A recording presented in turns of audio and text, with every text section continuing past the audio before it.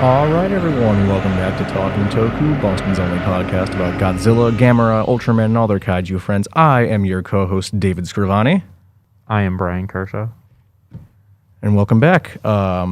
We got a pretty big show today. We got a lot of stuff in the news. And, of course, we're going to be talking all about Godzilla vs. Kong, which is the whole reason we started this podcast. But, of course, two quick things. First off, the day we're recording this, April 5th. Very happy birthday to Roger Corman, B-movie extraordinaire. He's like, I don't want to say he's like in his 90s and still making movies. So good for him. If you do what you love, you never work a day in your life. Exactly, yeah.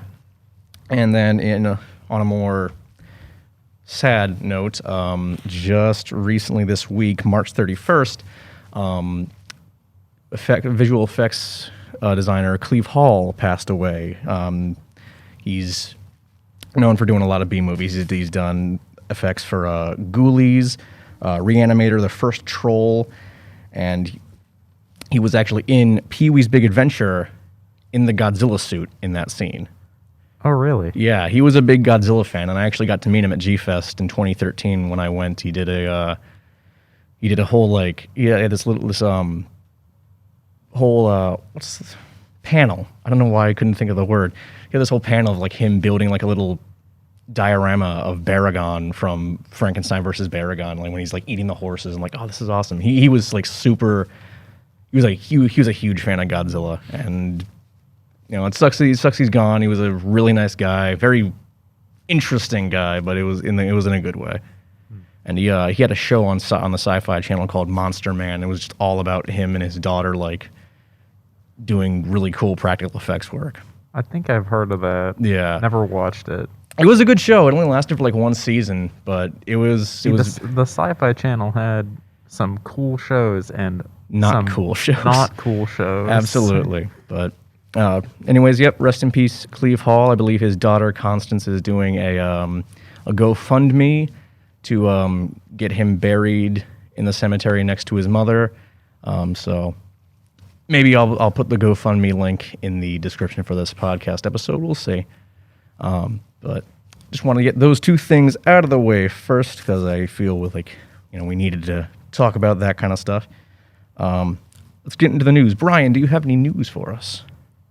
Not particularly. Okay, good thing I have a bunch, because these past 2 weeks since we talked about Pacific Rim: The Black have been pretty heavy in terms of news. First up, not one, not two, but 3 new video games of Godzilla have been announced. Mobile only, but so who really cares? But I saw your eyes light up when I said that.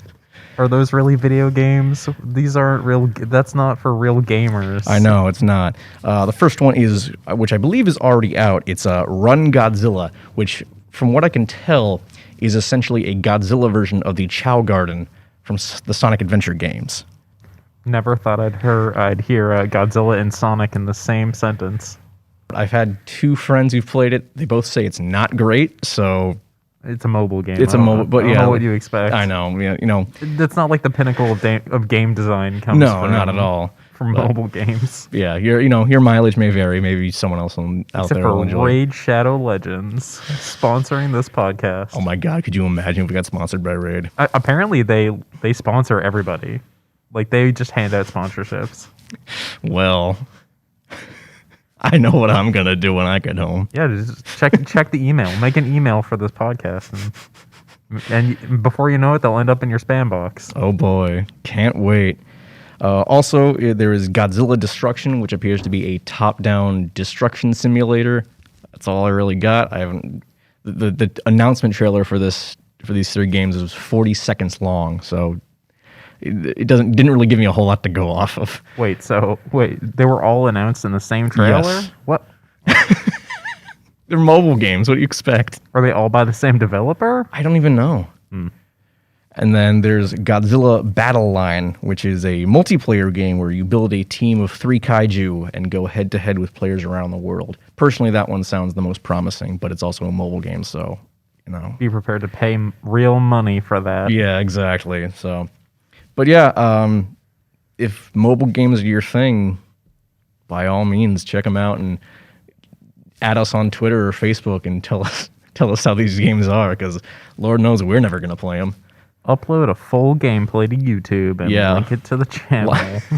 the Run Godzilla long play, all probably like 2 hours. Speed run 90%.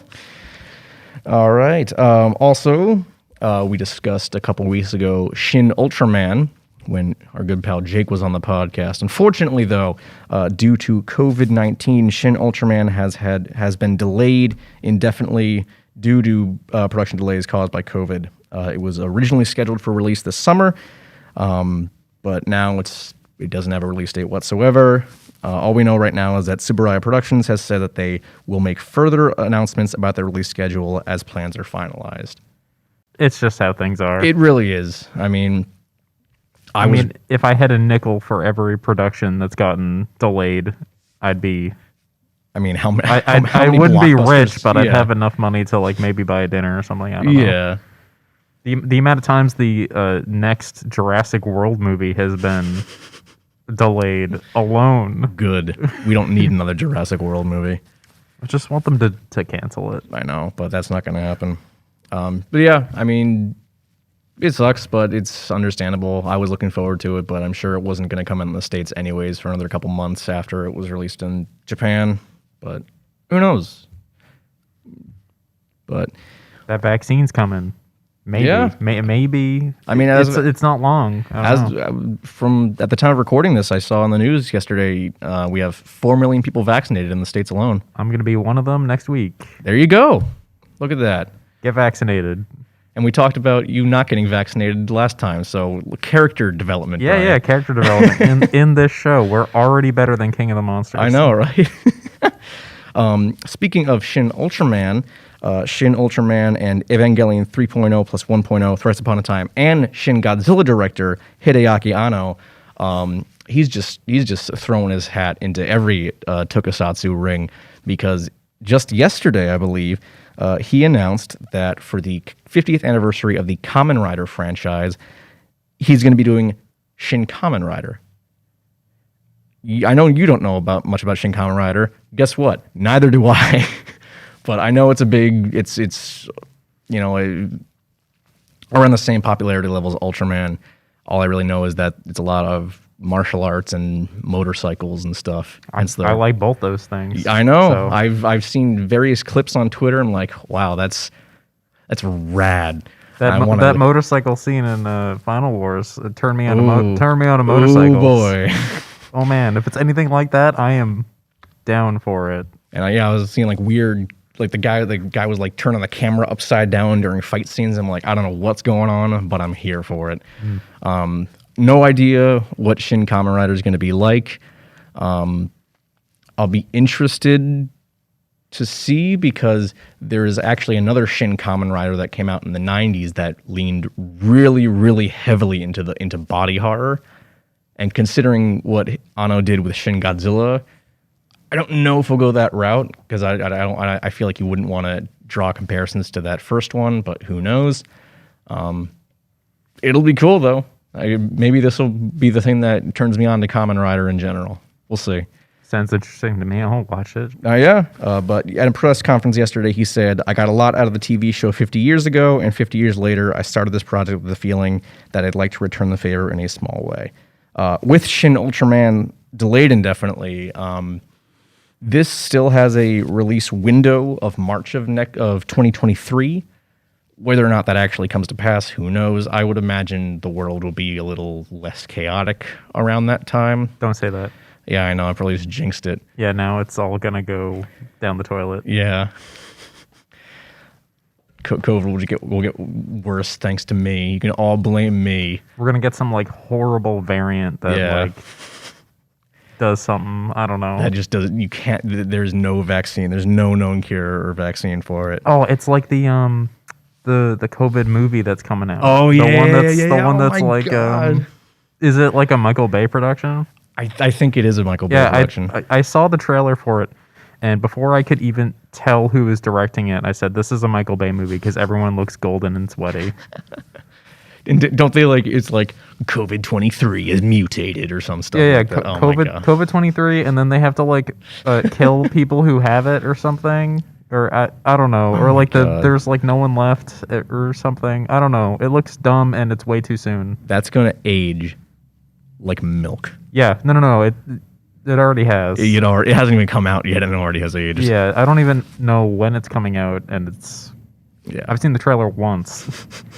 I don't think I haven't seen the trailer all the way through. I think I just saw just bits and pieces. I'm like, wow, that looks stupid. Well, the best part is because it was all the rage for like a day, and then now you ask people about it, and they're like, "What's that?" Yeah, because they already forgot. Exactly. Because it's almost like real life is more entertaining. I know. But all right. Also in the news, Pacific Rim: The Black Season 2 officially announced. Okay. I mean, we called that. We did call it. It was not hard to see. Not at all. No details have been released whatsoever on release date, plot, etc. I imagine probably next year. Yeah. I mean, how long ago did Netflix announce Season 2 of Ultraman? A long time. At least 2 years, and we've seen nothing of that. But then with the Godzilla anime movies, they came out pretty rapid fire. But that wasn't a Netflix production. Oh, that wasn't made specifically for Netflix like Pacific Rim was. Like those were released in Japan theatrically, and then worldwide got the Netflix treatment. Got it. Okay. So it's a little different. I don't know how Netflix does their business, but I don't know. I hope we see it sooner rather than later. I mean, I imagine that Netflix just contracts production houses to make them. Mm-hmm. Instead of just having like an in-house team. Oh, absolutely. I doubt Netflix has. I mean, I bet they have an in-house team somewhere. Yeah, but they have a lot of anime, and I'm sure they have.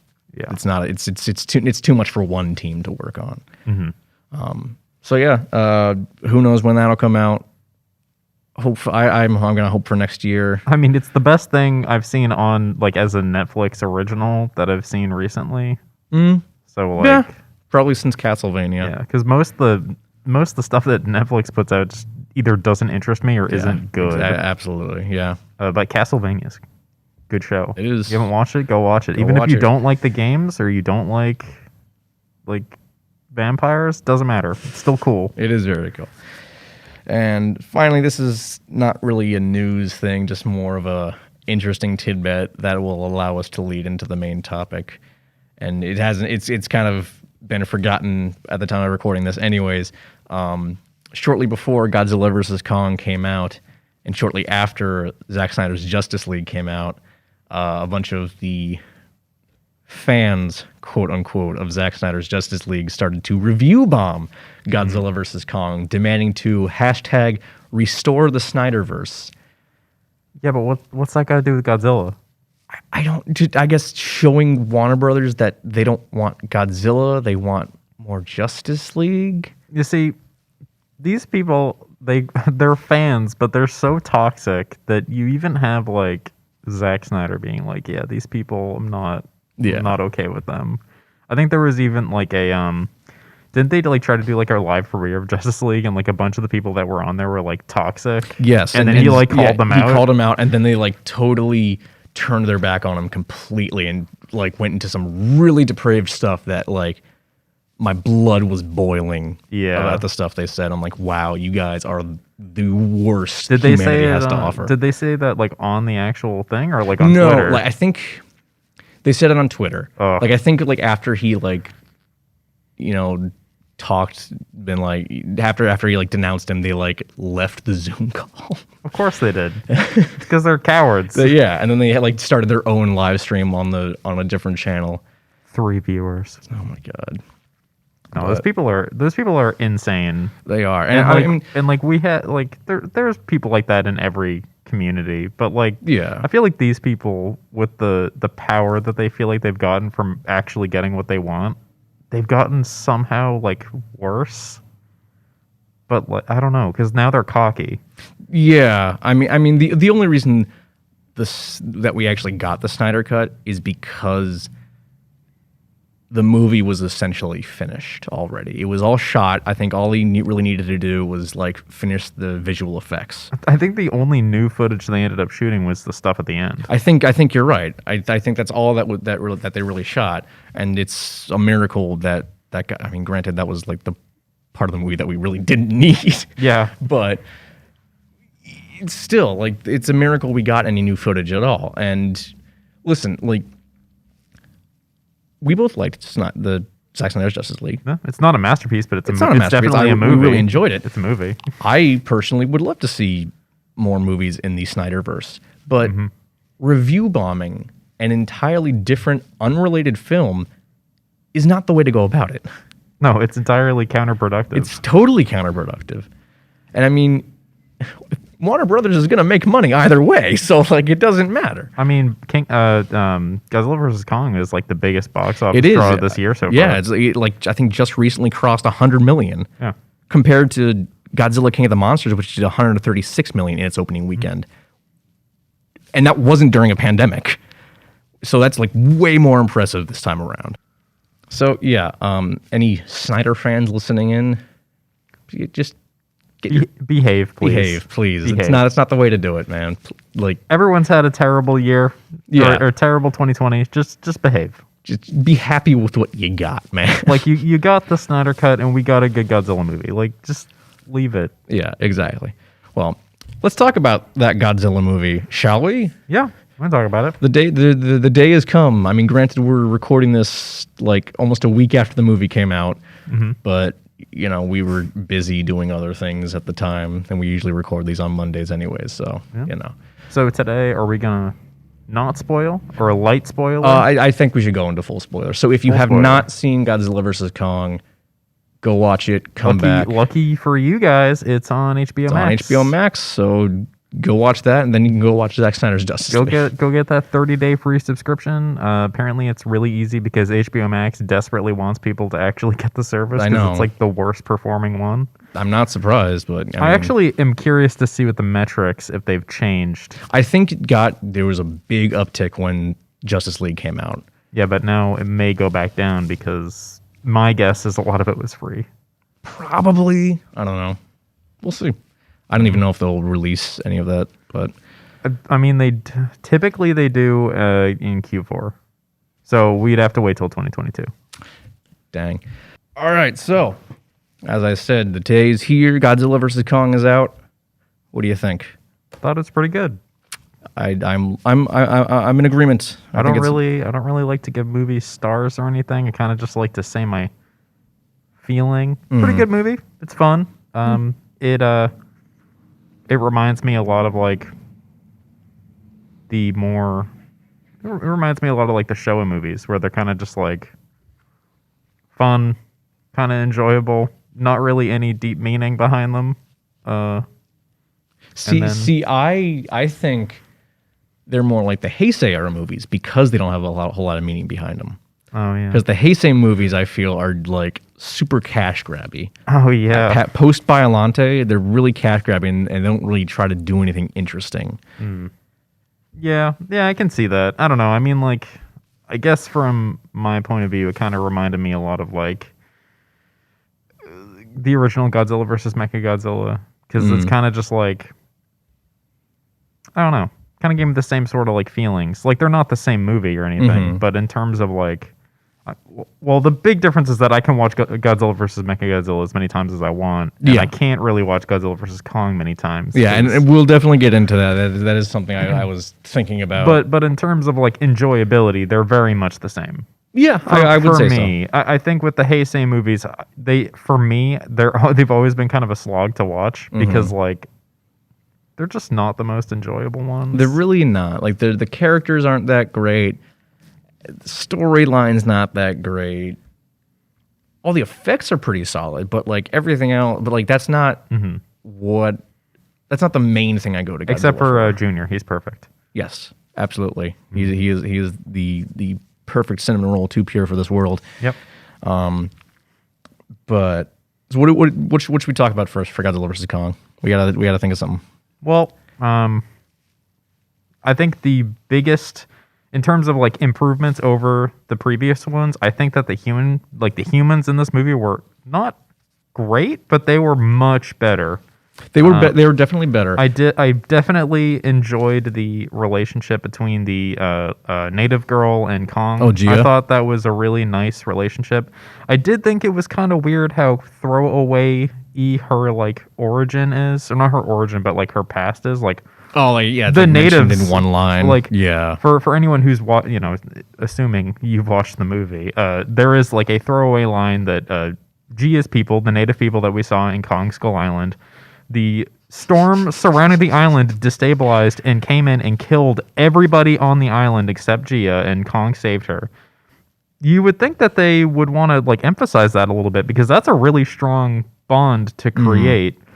Because now it draws parallels, like Kong's people, or Kong's family is dead, and Gia's entire people, like her race is dead, and so they have a connection, but that's never really kind of explored. But I think beyond that, like even without it, I think their relationship is kind of like sweet to see. Like you can tell that they care about each other, and I think you just didn't get that with like the prior movies.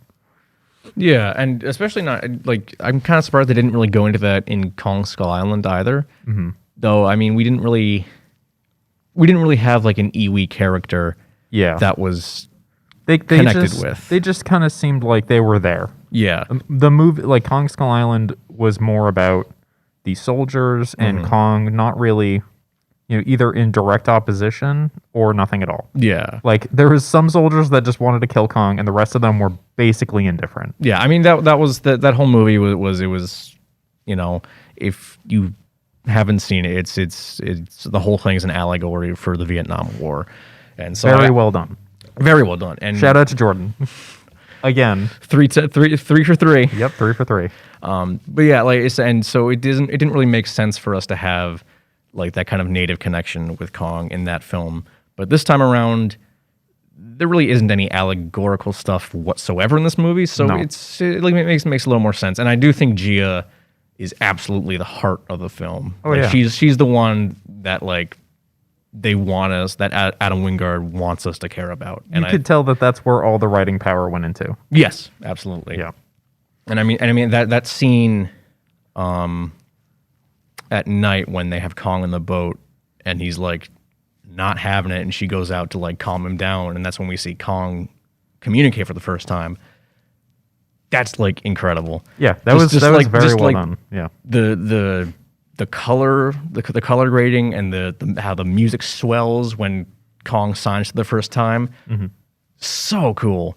It just that was such a well directed scene, and I'm so pleased with Adam Wingard's direction. Like I don't know if you've seen any of his other movies. I think so. What else has he done? The biggest things he's done are You're Next, The Guest, and then less liked the Death Note movie on Netflix, and also the latest Blair Witch film. I have seen You're Next. I really liked You're Next. That is an awesome horror movie for anyone who's looking for one. It can feel a bit mean-spirited, but it's a good movie. Yeah, it's great. And please watch The Guest. The Guest is incredible. I've heard good things about The Guest. And I'm a big fan of Dan Stevens as an actor, so I was already sold on that from the beginning. But yeah, but this is a pretty big departure for Adam Wingard in terms of content. Definitely, but he's like having more seen, like horror focused. He is, and like having seen The Guest, like there's a lot of similarities in visual style between that and Godzilla vs. Kong. Oddly enough, just in terms of like color and the way he uses color and lighting, and I was really happy to see it because it's such an. I don't think I've seen like a prettier looking kaiju film since probably the first Pacific Rim. Yeah, actually, funny. I watched Pacific Rim just last night because I've also felt a lot of similarities between Godzilla vs. Kong and Pacific Rim.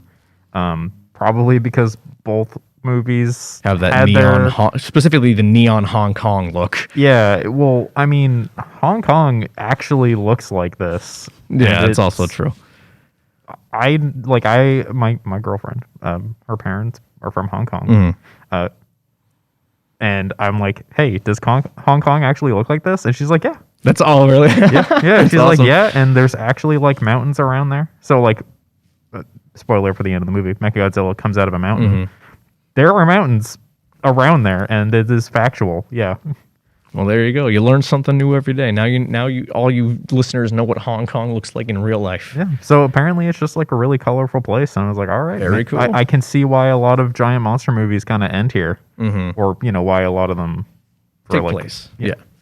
Going back on the characters, I did notice that Alexander, I'm going to butcher his last name because Skarsgård? Is it Skarsgård? Because he has the little circle above the A at the end. Yeah. Skarsgård. I'm going to call him Skarsgård. He's. Are they Swedish? The Skarsgård family? Probably. Some kind of Eastern European. Yeah. He, I felt, had much the same problem that Aaron Taylor Johnson did in Godzilla 2014, in that he didn't do a whole lot until the very end. Yep. But unlike Aaron Taylor Johnson, I feel like Skarsgård had way more charisma. He was far more likable. Yeah, he didn't do much, but like he was still enjoyable to watch as an actor, because he was just kind of like, oh, let's go to the Hollow Earth, and that was all he did for the entire film until the very end, until the final fight with Godzilla, Kong, and Mechagodzilla. But no, I know he's a good actor. So, I've seen him in other things. So here's the thing with that, is that actually I found that all of his, all the times that I really found myself enjoying watching him was when he was interacting with Gia. Yeah, the coward thing. The coward thing. I thought that was really funny. That's very cute. I thought that was really funny. And I'm so glad that they dialed back on the quippiness from King of the Monsters. Oh, as soon as King of the Monsters came out and all the Marvel quippy, whatever it was in that movie, I was like, if these are how they're going to be from now on, I'm not going to watch them. There is still a level of that in Godzilla vs. Kong, but it's way more tolerable. It is much dialed back, not obnoxious. It does not pause the movie like it does in King of the Monsters. Yeah. It feels like in King of the Monsters, they specifically carved out time to make jokes that didn't land. I will never. And again, I love Krampus. I love Trick or Treat. I will never forgive Michael Dougherty for the Ghidorah gonorrhea joke. Yep. Never. I will never forgive him for that. No. That is one of the worst jokes I have ever heard in any movie. Yeah, and it's like even in the context of the scene, it just feels so out of place. No, in the context of the whole movie, it's none of the joke, because this is okay, King of the Monsters, if you describe the plot to someone, it is an existential oh my god, that would destroy the planet, and that's the point of the movie. That's what's happening. So given a situation, let's make an STD joke in the middle of this. Given the situation, no person in their right mind is gonna make a gonorrhea joke. Yeah, especially in the face of this threat. I'd also like to point out Ghidorah does not sound even remotely like gonorrhea. No, it has the G and the sound at the end. That's all it has. I don't know. I feel like if they ever do because they're remastering 2014, they should do one for King of the Monsters. Just cut that scene out. Just cut out all the garbage that no one likes, which is honestly, it will cut down a good portion of that movie. And I already thought that movie overstayed its welcome. Just a little bit. So, but I don't want to use this to harp on King of the Monsters too much. We'll make it its own episode someday, because it's definitely an interesting thing to talk about. Yeah, for sure. But I do want to talk more about Godzilla vs. Kong. Yeah. Keeping on the characters, on my second watch, my second viewing especially, did Madison, Millie Bobby Brown's character, did she not seem like an entirely different character from the version King of the Monsters? Yeah, she was completely different. They turned her into a podcast, conspiracy theorist. Yeah, and I get that it's been 5 years since the events of King of the Monsters. Yeah, and kids change a lot. I get that, but I mean, really, it just seems so, because in King of the Monsters, she has this reverential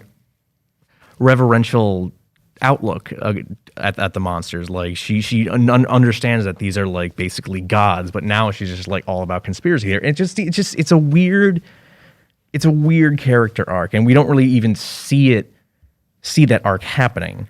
But you see, here's the thing that like confused me the most is that her dad works for Monarch. Yes. You don't need to be a conspiracy theorist Not at because all. you Not at already all. know mostly everything because you have insider information from your dad. Yeah, and I guess like maybe her dad wasn't telling her much about what was going on, but like we don't see that. we don't. And also like she was there during all the stuff in King of the Monsters. Like, why wouldn't you tell her about any of this stuff? She's seen all this stuff up close. Remember, she got kidnapped by an eco-terrorist. An eco-terrorist organization.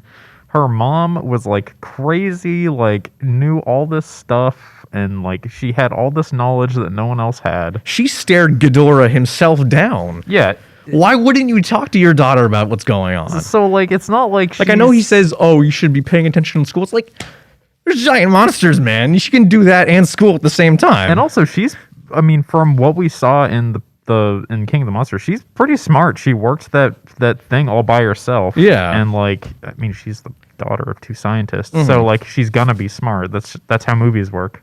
So, like, I don't know. I think that, they definitely shorted her in this movie. Yeah. For sure. And I like Millie Bobby Brown as an actress. I think she's really good in Stranger Things, and I think she was pretty good in King of the Monsters as well. So it was just kind of like weird to see such a weird like whiplash of character development in this movie. So what it struck me as was they needed a character to like be like that kind of like conspiracy theorist. But we had that with Brian Tyree Henry's character, Bernie. Yeah. I don't know. And I really like his character, too. I think Brian Tyree Henry's a phenomenal actor. I don't know if you've seen any of Atlanta with Donald Glover, but he's so good in that movie. But I guess what I was trying to say is they needed one of the main people that we already knew to meet up with him. Mm. And so, like, we needed someone to be on, like, the same kind of ground. And the only person that they could make that work with was... That's fair. Was Madison. I can see that. But like it didn't really end up working. Oh, you know what they should have done? What? They should have had Sam from 2014 Godzilla. Oh. He should have been our conspiracy theorist kid. That would have been cool. And I love Julian Dennison. I think I love him in Hunt for the Wilder People. I love him in Deadpool 2. That's the kid, right? Yeah, the kid with the Judas Priest shirt who's breaking the law in a Godzilla movie. So I'm like, all right, this is cool. Mm-hmm. But like, had they replaced his character with Sam from 2014, that would have been awesome. I feel like because we haven't seen any of the characters from 2014 whatsoever. The cast from 2014 was entirely disconnected from. Yeah, I mean we had Admiral Stenz, I think his name is, in King of the Monsters. Oh yeah. But he was in there for like a minute. And also like he was an entirely different character as well. Yeah. So. Yeah, it seems like there's a lot of character rewriting for the people carrying over. There does, absolutely. Yeah. But I mean, other than that, like... But here's the thing, is that, like, as much as these problems may hurt other movies, it doesn't with this one, because it's such a concise movie that as soon as you're just like, oh, that's stupid, it moves on. Yeah. So it kind of knows. I mean, I've been seeing a lot of people saying this. The movie is incredibly self-aware. Yeah. It knows what it is. It knows why you're here. And it sets out to do the one thing it wants, and I think it succeeds very well in that. Mm-hmm. I appreciated that it didn't set out to be about something, which is what King of the Monsters tried and failed spectacularly to do. And don't get me wrong, it's very possible to do something like that. I mean, granted, it's not really an American production, but like Shin Godzilla was about something, and it accomplished it pretty well. Even Godzilla 2014 was it repurposed the original messaging to be more about like natural disasters and like the Fukushima incident. Yeah, and I mean, and that was an American production. It was, which is rare because Americans do not know how to write about that stuff. Case in point, King of the Monsters. Yep. But in a movie like Colossal, I don't know if you've seen Colossal. I did. I watched it with Allie. All right, we need to do an episode on Colossal. Yeah, very good movie. I loved it. That, for me, that's like probably the best kaiju movie since probably GMK. It is the only kaiju movie that has made me cry extremely masculine tears. I felt genuinely bad for some of the characters in that movie. Yeah, like that is a perfect example of a non-Japanese kaiju production that is about something and it does phenomenally. So, actually, about that movie, it is the only one I've seen that tackles like extremely personal issues, but by using kaiju as the outlet. Yeah. And I thought that was really creative because most of the time with kaiju, as most fans would know, is it tackles really large problems like, atomic, disasters and natural disasters, climate change, stuff like that. Yeah. Like these really large scale problems. And Colossal doesn't do that and just tackles stuff it tackles a much more concise personal issue. issues. Yeah. And I think that's why it worked so well. It's because it didn't have these sweeping issues that it had to cover. But yeah, we'll have to do an episode Absolutely, on that I for would love sure. to. I adore Colossal. I love that movie so much. Yeah. I feel bad it took me this long to watch it. But yeah, so that's something Godzilla vs. Kong didn't do, and I'm sort of glad that it didn't because I didn't really want it to try and be about something like King of the Monsters did and then also fail because that would have just made me irrationally angry. Well, because if you try to make the movie about something and you fail, that is like a deal breaker for some people. Like some people, they can get past it. I know like a couple people, they like King of the Monsters just fine. None of the messaging that got screwed up really messed with them too much. And that's totally okay. And that's fine. But like there are fans that got into these movies because a lot of them have something to say. And if they don't say them well, then they just won't like them. It's a deal breaker. It was a deal breaker for me. Yep. With some other stuff. It depends on if you can overlook it. But like this movie, Godzilla vs. Kong, it didn't have to say anything. It didn't. And I'm glad it didn't because with the track record so far, it's not good. It's certainly been... And the track record with American films specifically are not good. So I was like, if you don't have to say something, don't. Just make it fun. Yeah, I mean, I've described the movie to people as a Saturday morning cartoon on a multi-million-dollar budget. Oh, yeah. Because that's exactly what it is. Yep. Because we get right into the action. Like, first frame, we open with Kong. And it's good action, too. Yeah. It's good. It's not just, like, flashing lights schlock. Yeah, like, it actually is very well choreographed. I mean, one of the cooler bits from King of the Monsters that I also wasn't crazy about was... Godzilla fighting Ghidorah in the water after Rodan wakes up. Yep. You can't tell what's happening in that scene. No, you can't see anything. You can just kind of see like a mass writhing in the ocean. But when we see Godzilla and Kong fighting in the ocean, like the camera's right. It's following them. It's following them. It's following them, and you can see what's going on.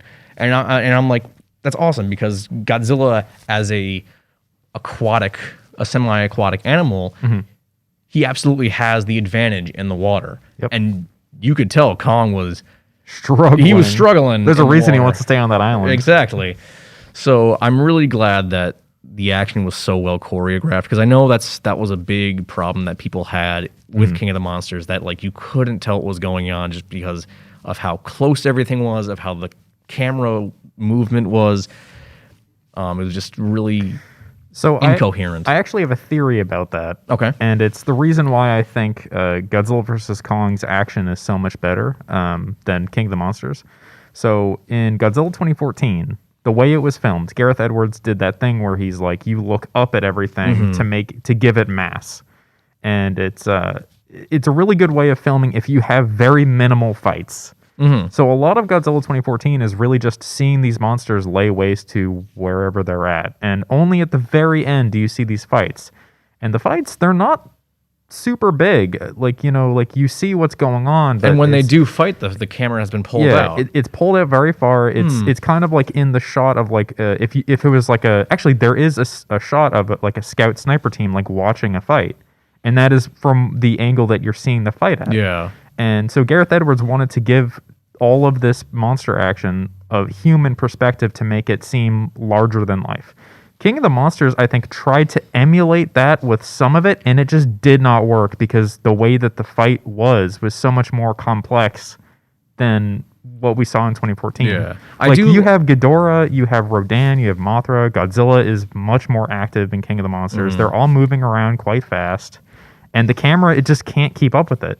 And then when it comes to the water, like, you just can't make it work because it's trying to give you the point of view of a boat. And if you're on a boat, all you're going to see is a writhing mass. Yeah, and waves and nothing else. And it's just not interesting to look at. Exactly. With Godzilla versus Kong, it just follows the monsters. Like, it's not as visually interesting, but at least you know what's happening. Like, you know what's going on. You know how the fight's going.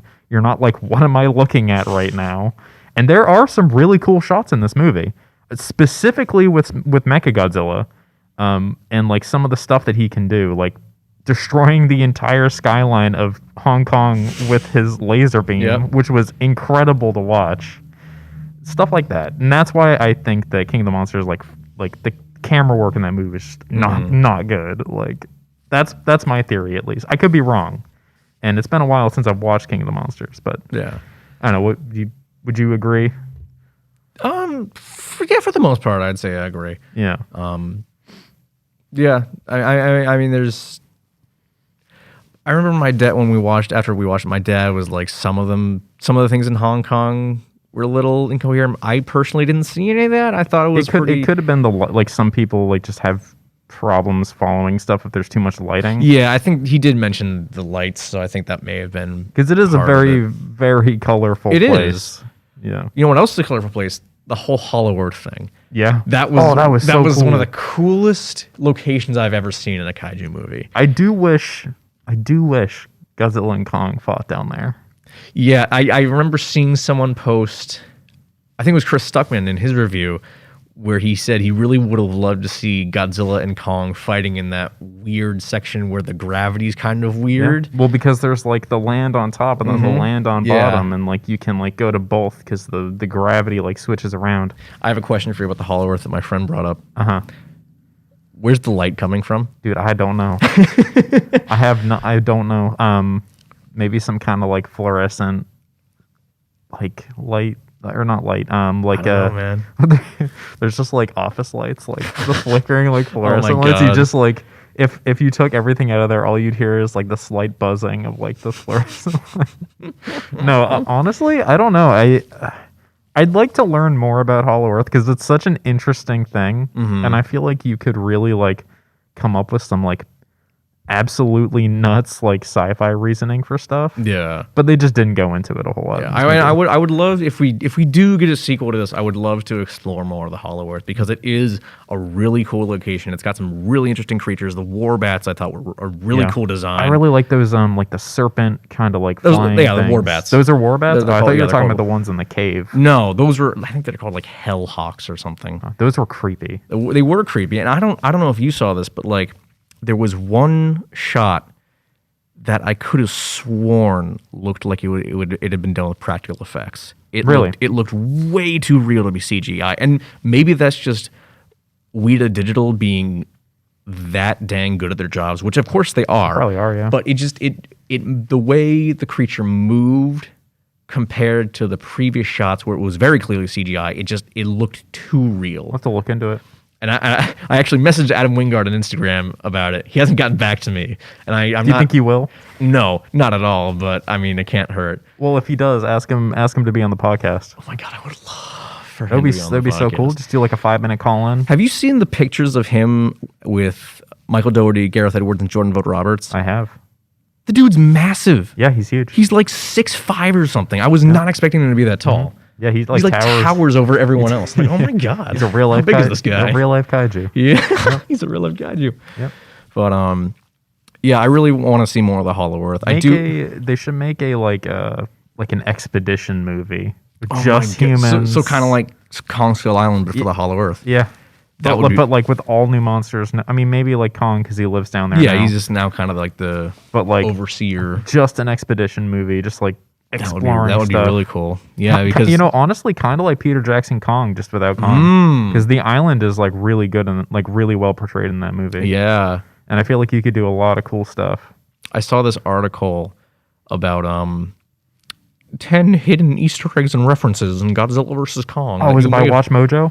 I have no idea. It was one of the clickbait sites, but they tried to claim that the big derpy lizard that we see eating the crab, they try to be like, oh, it kind of looks like Baragon. I'm like, not really. No, it doesn't. It doesn't have big floppy ears, doesn't have a horn. It actually looks a lot like Godzilla. It did, because he's got those kind of dorsal spines. But like, God, that's like the biggest stretch I've ever seen. Yeah, was it Cinema Blend? I have no idea who it was. Cinema Blend does a lot of that stuff. It may have been, actually, now that I think about it. Yeah. But Slow News Week. Probably.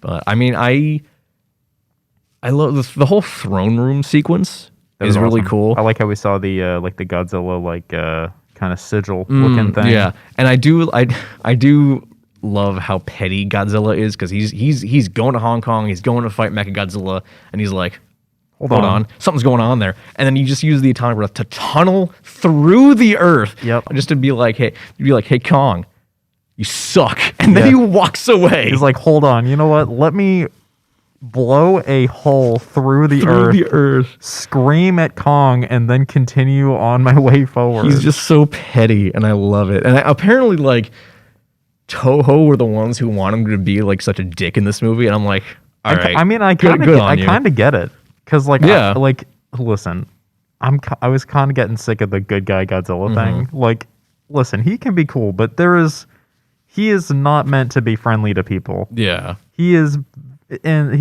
very much uncaring of humans. So I was kind of getting sick of it. Yeah, but it was very refreshing to see him just be a total jerk in this movie. Yeah. And we didn't even get any resolution. From all that we know, he's going to continue being a dick in the next couple movies. Because he like the meme you sent me where it's just like, I am a benevolent god or whatever. Yeah, the 300 meme. He like screamed at Kong and then like just went into the ocean. Yeah, so let's talk about, because the big thing was like, oh, who's gonna win? We may have been in agreement on this. I was totally convinced they were gonna have Kong win this. Yeah, Godzilla won. Godzilla. I mean, yeah, Godzilla won. And granted, they did at the very end. They did the whole like, oh, they see each other as equals thing, but I was really kind of surprised that they had Godzilla win, because Kong was basically the main character throughout the entire movie. And the fact that they gave the win to Godzilla was really, it was kind of surprising, honestly. And I'm not complaining, obviously. It was really cool that they did that. So I'm actually, like, I was definitely surprised, but I wasn't like as surprised as I thought I'd be, because I was kind of like, yeah, you know what, that makes sense. Because he said all this buildup that he's just like this indestructible monster. That's fair. And like, it feels weird that they would just kind of undo it in one movie. Like, I knew what they were going to do, is they were just going to be like, oh, Godzilla's not the enemy, go kill Mechagodzilla. Yeah, like, obviously. I knew that was going to happen, and I knew that they were not going to kill off Kong or Godzilla. No, God, no. It just wasn't going to happen. But like, I feel like the way that they handled it was the best way they possibly could have. I'm glad Godzilla won. So am I. Because realistically, it's just probably the most likely outcome. But I am glad that Kong continues being the character. Like, in my book, he's the winner of the movie, because I like Kong more than Godzilla in this movie. I mean, Kong had Godzilla on the ropes during that Hong Kong sequence. Yeah. Before the axe lost power. They both very much beat the hell out of each other. Very much so. And if anything, I mean, we don't even hear like a true whoever is like, we're not even told who the winner is. Yeah. So my headcanon at this point is that they're both just decided that they had a tie, and then they did like the Predator thing where they go like, the Predator handshake. Yeah, but instead they did it with roaring, and they're just like, you know what, we're buds now. Yeah, because if I need you, I'll call you. Yeah, I mean, you really think that they're just gonna go at each other again. Yep. And you can tell Kong's like, this is gonna suck. He's like, I really don't want to do this. All right, you're cool, but don't catch me. Yeah. Don't let me catch you around here again. He's like, you pulled that thing's head off. You know what? That was pretty sick. Something I would have done.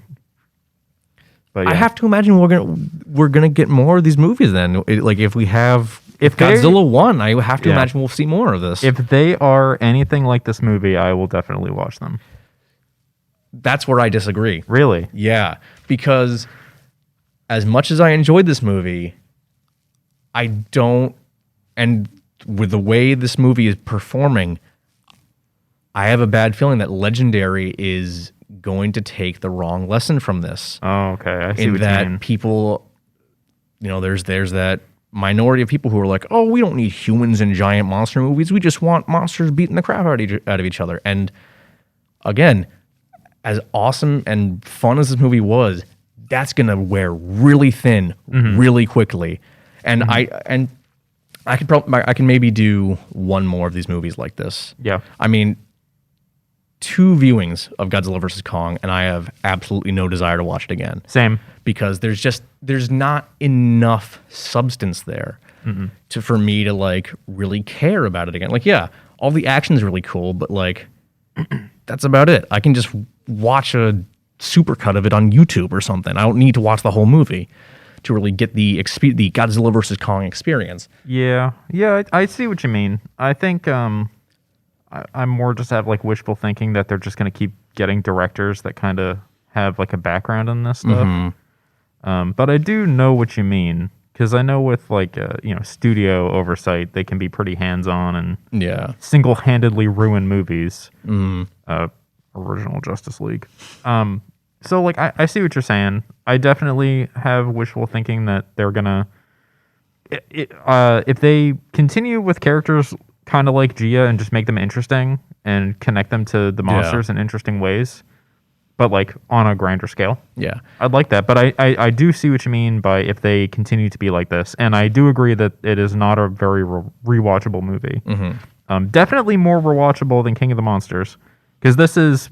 I don't know if I mentioned it, but this is a very brisk movie. It is. It's under 2 hours. It goes very fast. It's a very concise film, but it doesn't really challenge. Which it does occasionally suffer for. Yeah. Because I feel like a lot of the characters didn't get their chance to shine. Like Ren Serizawa, the guy who the guy who's at Apex Cybernetics, who pilots Mechagodzilla. Yep. Not once does it get mentioned that he's Ishiro Serizawa's son. Yeah, that was weird. Like, I actually didn't notice. It's Serizawa. Like, that's the only, just his last name. That's the only indication that he's even, he might not even be related. I didn't even notice that until my second viewing. Yeah, they don't, because like you'd think, Ishiro Serizawa, who is Ken Watanabe's character from Godzilla and King of the Monsters. Best character in those movies. His whole thing was that he wanted to coexist with the Titans, and his son is trying to like get rid of the Titans, and it's like that could have been a really cool, character. I mean, granted, Ishiro's dead, but we could have seen this like really cool internal conflict with Ren, and because we never got any indication that they were related at all, except for a last name, but like we never got it, and I feel like that was definitely like kind of a missed opportunity. And there's another big missed opportunity in this movie that we both discussed earlier, and let's talk about Mechagodzilla. Yeah. I mean, I still like him. I still don't love the design. No, actually, the one thing I hate about the design is how it's shoulders and then just immediately arm and no like drop and then arm. That bugs me. His what's the word I'm looking for? His proportions are very weird. He looks too skinny. Yeah. He looks like he should have way more, because Godzilla he's very stocky. Yep. And I feel like Mechagodzilla should be just a little more, his torso is just a little too skinny. Yeah, but I think my opinion on it is, yes, his proportions are very strange. But it really does give me the feeling that this was just a thing slapped together on a weekend by a company, a company trying to like keep it under the radar. Yeah, and I love that aspect of it. I feel like the design could have used a little more tweaking. Yeah, but I love that concept on paper, and I love that it looks more cobbled together. But it does not translate on screen. I mean, it does to an extent, but not as much as I would have liked. Yeah, I mean, I'm still not a fan of like just the kind of straight spines. Yeah, I don't like that either. That would be the one thing I would change if I could. Except the arm thing. I hate the arm thing. That's the most petty complaint I've ever had. I like the little weird little claw hands he has. His claw hands are they do remind me a lot of the original Mechagodzilla with the way that his arms kind of spin around. Yeah. I mean, missed opportunity with no finger rockets, but he had shoulder rockets. It's fine. Yeah. I hope he. I mean, like, the thing about Mechagodzilla is that in this movie, he could have been so interesting. He could have, because what we find out is that, so in the after credit scene for King of the Monsters, we see Charles Dance's character, who unfortunately does not make an appearance in this movie. Where is he? Who knows? And how? Who knows? I don't know. We see him buying the severed Ghidorah head from Godzilla's fight with Ghidorah in the ocean, and we learn in this movie that Apex Cybernetics bought Ghidorah's head from Jonah, I guess, or maybe like stole it. Or, I don't know. I don't know. Point is, they have Ghidorah's maybe Jonah head. lost the bid. He lost the bid, but yeah, they have Ghidorah's skull, and they used. No, they have two. Do they have two? They have two because they said that because it's a psionic connection. There's one skull that they're using as the control, right. and then another one. Where did the other one come from? And the other one in the robot body. I have no idea. Because weren't all of Ghidorah's I mean, maybe they totally regrew annihilated. Maybe they regrew it. I don't know. Because he can do that. Maybe they cloned it. Maybe they did. I don't know. But yeah, so point is they're using Ghidorah's heads as like a neural connection, kind of like the drift in Pacific Rim, to control and pilot Mechagodzilla. And what happens is Mechagodzilla loses control, and we're not really told why. We get a kind of thing where like the power source that they're going to the Hollow Earth for, like Ren mentions, it might not work too well with Mechagodzilla's systems. But that's all it really is. We don't really get into that anymore. What I thought, and what you also thought, was that when Mechagodzilla lost control, it was what little brain activity was still in Ghidorah was kind of infecting the system and taking it over. I still don't know if that was really the implication. I know I've seen a lot of fans. I hope it was. I hope it was too. Because that is really cool. It is, and it looks like a lot of other fans online have had the same thought. I mean, it was my immediate reaction. Yeah. If you introduce Ghidorah's skull, then there is gonna. It's just a natural conclusion that I'm gonna come to, because like he's like pure evil. So he is, and the fact, having Ghidorah wake up in a mechanical double of his arch rival is such a cool concept. That's what I said. I said it was the most metal thing I've really ever seen. Like, you're dead and you get revived and you're in this like mechanical copy of the thing that killed you. That is incredibly cool. It is. And the fact that they didn't lean into that almost at all is like, no, that is a huge missed opportunity. You know what they could have done to like properly convey it was just make another roar that was like a digitized version of Godzilla and King Ghidorah's roar. There are a couple times where you can sort of kind of hear that Ghidorah cackle in there. It's subtle. It's really subtle. But like make it more pronounced. Because then like it would portray it more to people who are listening. Yeah. And the sound design for this movie is already good. The sound design is pretty good. Like, it's not the best, but it is the sound design across all these movies have been pretty good. The only thing I wasn't a fan of was Rodan's roar in King of the Monsters, because it didn't sound anything like Rodan's classic roar. He just sounded like a generic monster. Yeah, he didn't sound very cool. But his music was great. Top tier. But yeah, I think the whole Mechagodzilla Ghidorah connection should have been explored just a little bit more. Yeah. And you know what? If they do make more of these movies, they may do that. They may. Yeah. If they make more of these movies, I hope their characters are good. But you do also have this giant monster stuff that is interesting to explore through the lens of human characters. That was actually my biggest problem with like Millie Bobby Brown's character, like her whole subplot in this movie. While I did actually find that it was kind of essential to the plot because you were figuring out what Apex was doing, they didn't really accomplish anything as people. They really did. I mean, but like they helped could Kong get the upper hand when he was fighting Mechagodzilla. Barely though. Barely. Like, but like they could have been a perfect group of people to like explore more about what this iteration of Mechagodzilla is all about, the problems behind it, what's going on, but they didn't. All they did was throw some whiskey into a computer, and that was the end of the movie. Like, they were in the control room of Mechagodzilla, and they did not find any information to explain or like be like, man, that's crazy. Like I don't know. Like there's got to be something in there that you can like. Yeah, they did show us that it's King Ghidorah's skull. Yeah. But like there's nothing else they could tell us, and like they could have had a conversation with Serizawa's son, and maybe. I mean, the thing is, like, I don't think any of, well, I mean, Bernie and Josh were new to the movie, obviously, but like, I don't think Madison ever met Ishiro Serizawa, so like, I guess they wouldn't really have had anything to talk about. No, but her dad did, and her dad may have told her.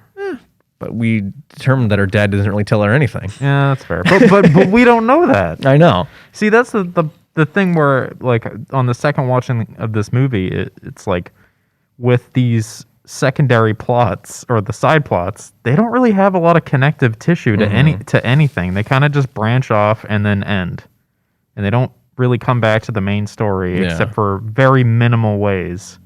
And there's really only one of those side plots. I mean, if you count like the very small amount of Monarch stuff that we see in this movie, which was really jarring. Oh my god, I didn't even realize that. Monarch barely has a presence in this movie. Monarch in the last two movies was the dominant government organization that we see in the movies, and they show up for like 2 scenes in this movie. One at like the very beginning when Godzilla first attacks Apex, and then one at the very end. One at the very end. I'm not even counting the stuff on the boat or like Kong's containment facility, because we don't see any of it. Like, exactly. All we see is generic tunnels and stuff. But where were they? I don't know. Who knows? They were sitting around. Yeah, I mean, they Monarch was very clearly set up as the shield of this cinematic universe. I was actually hoping that Mechagodzilla was going to come from Monarch, because that would make like a weird like, oh no, they're not good. But the whole thing was Monarch is trying to like carry on Serizawa's legacy by trying to. Yeah, but what if it's like a last resort? Maybe. Like if it's a last resort kind of thing, then that would be kind of like, well, humans inherently just don't.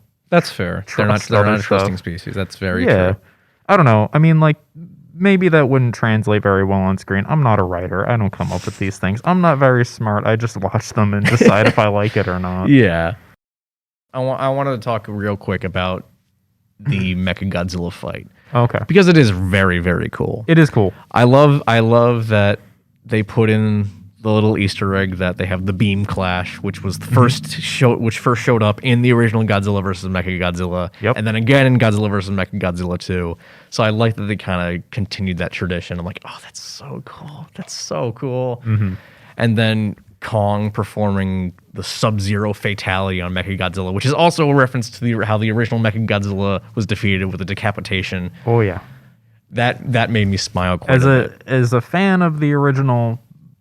Anyone who doesn't know this, Godzilla vs. Mechagodzilla, the first one, is my favorite Godzilla movie ever made. It's mine too. I have Mechagodzilla tattooed on my arm, so don't question me. It was just such like a cool fight.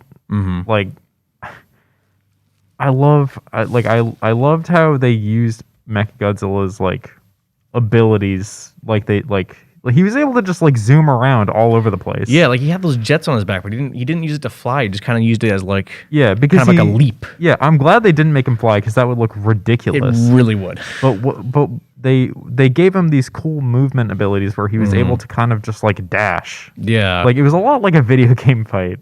But it was just like super cool because like he fought much differently than Godzilla, and I thought that's the coolest thing is just seeing like something that kind of looks like Godzilla, not really, but doing all these crazy things, and the fact that he was able to beat the hell out of him was also cool, because again, Godzilla is kind of an indestructible. Yeah, and I liked how right before Kong intervened, Mechagodzilla was about to do like the kiss of death thing that Godzilla did on the Muto. I did notice that. That was awesome. That's a cool callback. That was cool, yeah. No, yeah, it was a good fight. It was a good fight. You know, for all the shortcomings of this movie, the fight scenes really do a really good job of like investing you. Mm-hmm. I watched this movie by myself the day it came out, and then I also watched it again the same day with Dakota, my roommate, and he was just like, "Oh hell yeah!" As soon as like anything started happening, he's just like, "Oh hell yeah!" Like he saw, like the first time they introduced Mechagodzilla, he killed the Skullcrawler. He's just like, "All right, man, I'm in on this. This is awesome." It's interesting watching these movies with my roommate because he's not like super into like these like you and I are, but like he's into them enough, and like if he's like, I can generally tell if it's good if he likes it, because like he can't hold his attention on this stuff if it's not fun to watch. Understandable. But like all the Mechagodzilla stuff like was cool. Again, I have my woes with the design.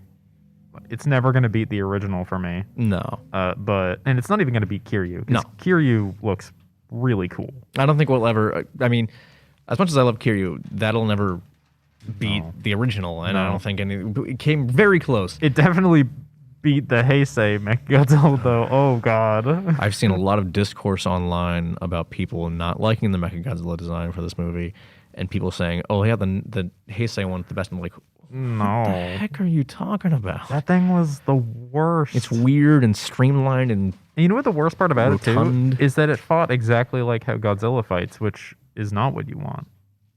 Yeah. Because if you're not like, because the strengths of Mechagodzilla is that because it is mechanical, it can do stuff that Mechagodzilla can't. Yeah. Because it's not organic, and it's controlled by people, and it just has more abilities, and that's what I like the most about Mechagodzilla, generally speaking. Like most of the time, Mechagodzilla can fly. In this movie, it would look ridiculous, but you kind of get an equal to that ability. Like that's what I find so appealing about him, and also because he is like really cool looking. I do really like his face in this movie. Mechagodzilla's face in this movie is scary. His eyes are really cool, which is maybe why they made it the plot driving force in the beginning. One of the things I noticed, because multiple times it kind of zooms in on his eye and it has that kind of like weird pulsing sound. Yeah. I don't know if you got this.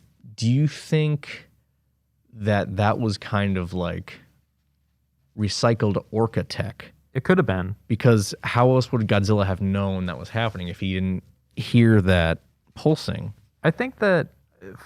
So here's the thing. I actually was kind of like confused as to like, it's obvious that this pulsing sound is driving Godzilla to come attack them. So just turn it off. Like, just don't power it on. So the only thing I really came to... I think they wanted to lure him in so they could take him out. Well, yeah, but even at the beginning of the movie, he destroyed the factory because the eye was on, and they were even saying like, we can only like have this thing powered on for so long because then Godzilla will come and like find us. Well, I think at the beginning they wanted to try and turn humanity against Godzilla. Oh, I think that's what they were going for there. I don't know, but I guess what I was trying to like, what I was thinking was that maybe they just didn't know that pulsating sound was what was driving him there. Possibly. Because like I have a feeling that with a lot of the characters in this movie, they know as little as we do. Yeah. Especially with like Hollow Earth stuff, which is why an Expedition movie would be so cool. Please hire me. But there was a lot of connective tissue in this movie that just wasn't there. So in follow-up movies, I hope we get it. I do see what you're saying. Like if they're going to be like this, then I'd rather them just not be made. Yeah. But wishful thinking on my end. I hope it's just not like that. There's a lot of great directors out there who are monster film. And honestly, I wouldn't even. I wouldn't be opposed to a Monsterverse film that didn't have Kong or Godzilla. Yeah. Like if we got again anything with Hollow Earth. Yeah, anything with Hollow Earth. I would love to see like a Mothra or Rodan film, or just a Mothra film would be really good because we did kind of get hints of the Mothra. I've been seeing a lot of people like kind of like rallying to get like to get a Mothra film made, and I would love to see that because Mothra hasn't really had her own film since 1999 with Rebirth of Mothra 3, which I've been revisiting those films. They're not great. Rebirth of Mothra 2 was like a total slog to get through because I didn't care about any of the characters, and it's just like an hour into the movie, you're like, oh, this should be winding down soon. Then you check the time, it's like, oh, there's 45 minutes left of this movie. Oh no, I haven't watched them yet. I probably should watch the Mothra films. You gave them to me for free. I did. I forgot about that because I won them in a sweepstakes. You didn't think you were gonna so I bought them because I didn't think I was gonna win. And then you were like, hey Brian, do you want these movies that are definitely not great? And I said sure. Well, there was that and Godzilla 2000. There may be one more in there as well. Well, I mean, specifically to the Mothra. Yeah. You were just like, yeah. I mean, like half of these movies I'm giving you are watchable. But yeah, I and even something like one of the various other Titans we see at the end of King of the Monsters. Like, I would love to see something with like a Skullcrawler horror movie. Oh my god, that'd be so cool. That would be cool. That'd be so cool. Mm-hmm. But because those things are scary. They are. Yeah, those are like genuinely frightening designs. And I do really like that Apex was kind of like breeding Skullcrawlers to use to, test Mechagodzilla's effectiveness. Also, coincidence that the company is called Apex, and then the bio or like the thing from Pacific Rim: The Black is also called Apex. Oh, that is cool. It's almost like it's a cool name. Ooh. Yeah, maybe it's all connected. Maybe they're going for that Pacific Rim Godzilla crossover. Yeah, that everyone wants, but probably wouldn't work. No, it definitely would not, unless they're like maybe parallel universes or something. I don't know. It definitely wouldn't work. No, not because like this style, like stylistically, they're so different. Yeah. I mean, I'm overall, I think I'm pleased with the film. Mm-hmm. I would like something with a little more substance. My expectations were met. And they were low, so they were exceeded. Yeah. They were exceeded. Yeah, I would say so as well. I kept my expectations low for a reason. Didn't really get hyped. I only watched a couple of the trailers. Mm-hmm. Like I kept up with the news on it, but like I didn't want to get hyped because I was supremely disappointed with King of the Monsters. So I was like, I am not doing that again. And I mean, as long as you keep your expectations in check, this movie is pretty solid. One of my friends who was the one who like despised King of the Monsters. Mm-hmm. His review for Godzilla vs. Kong was 1 sentence long. It was 2.5 stars out of 5. He goes, "I've enjoyed other movies less." I'm like, all right, I'll take that. That's a good review. I comment, I'm like, that's a quote for the DVD box art if ever I saw one. Yeah, it is. What if you see it there when it comes out on Blu-ray? I'd be very happy for him. I've seen better movies. Adam Wingard picks it himself. Oh my god. He's like, "Sir, we need you to pick one review to put on the box." I want the one where he talks about liking other movies less. Yeah, because I know which one he's talking about. But I mean, I think that we've covered all our bases here. We've kind of talked about all. This is a long one. It is a long one. I was expecting it to be a long one because it's the biggest thing in Godzilla news and Toku news. Yep. It's hot off the press. Hot off the press. Yep. So well, I think we'll skip the what cool new kaiju thing are you checking out, because the cool new kaiju thing we're checking out is Godzilla vs. Kong. So, yeah. And we kind of went into that for the past hour or so. And actually, there is not a new thing, but thing I am going to watch. I'm going to rewatch Rampage.